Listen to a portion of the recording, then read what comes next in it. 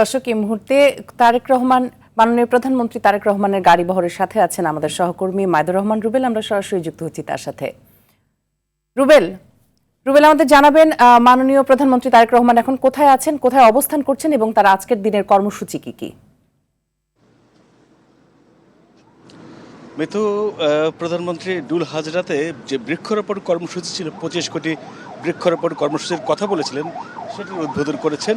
এখন আমরা ডুল হাজরা থেকে পেকুয়ার উদ্দেশ্যে রওনা হয়েছি।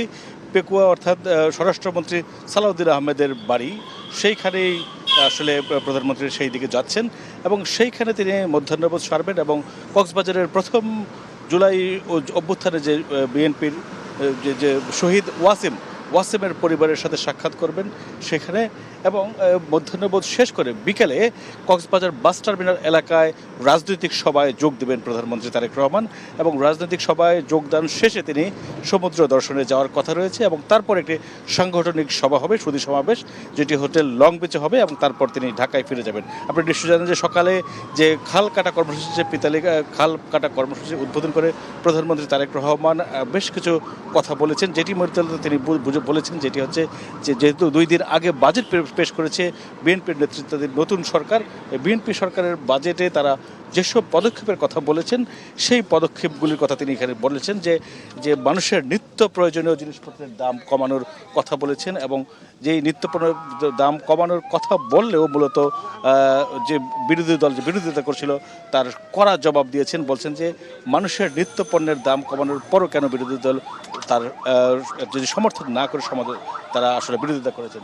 আমরা যে এলাকাতে রয়েছি, যে আমরা দেখানোর যদি চেষ্টা করি আপনাদের, যে রাস্তার সড়কের 2 পাশে বিএনপির অসংখ্য নেতা কর্মীরা এখানে দাঁড়িয়ে রয়েছেন, যেখানে তারেক রহমানকে তারা সংবর্ধনা জানাচ্ছেন এবং এইখানে যে কর্মসূচি সেই কর্মসূচি শেষ হয়ে যাবে কিছুক্ষণের মধ্যে এবং তারপরে আমরা আসলে পেকুয়ার উদ্দেশ্যে রওনা দেবেন প্রধানমন্ত্রী।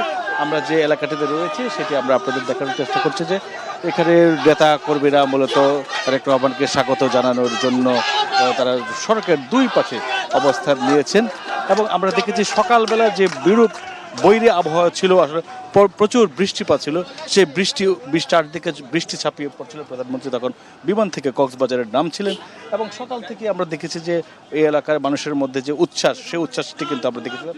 তবে যদিও এখন বেলাবার সাথে সাথে আবহাওয়ারও পরিবর্তন হয়েছে, প্রখর রোদ, এখন রোদের উত্তাপকে আসলে ছাপিয়ে তারা নেতাকর্মীরা আসলে সড়কের 2 পাশে অবস্থান নিয়েছেন এবং আজকের সারাদিনের সমুদ্র তীরের এই জনপদ কক্সবাজারে তারেক রহমানের বেশ কিছু কর্মসূচি রয়েছে এবং এটি শেষ করে রাতে তিনি ঢাকায় পৌঁছবেন।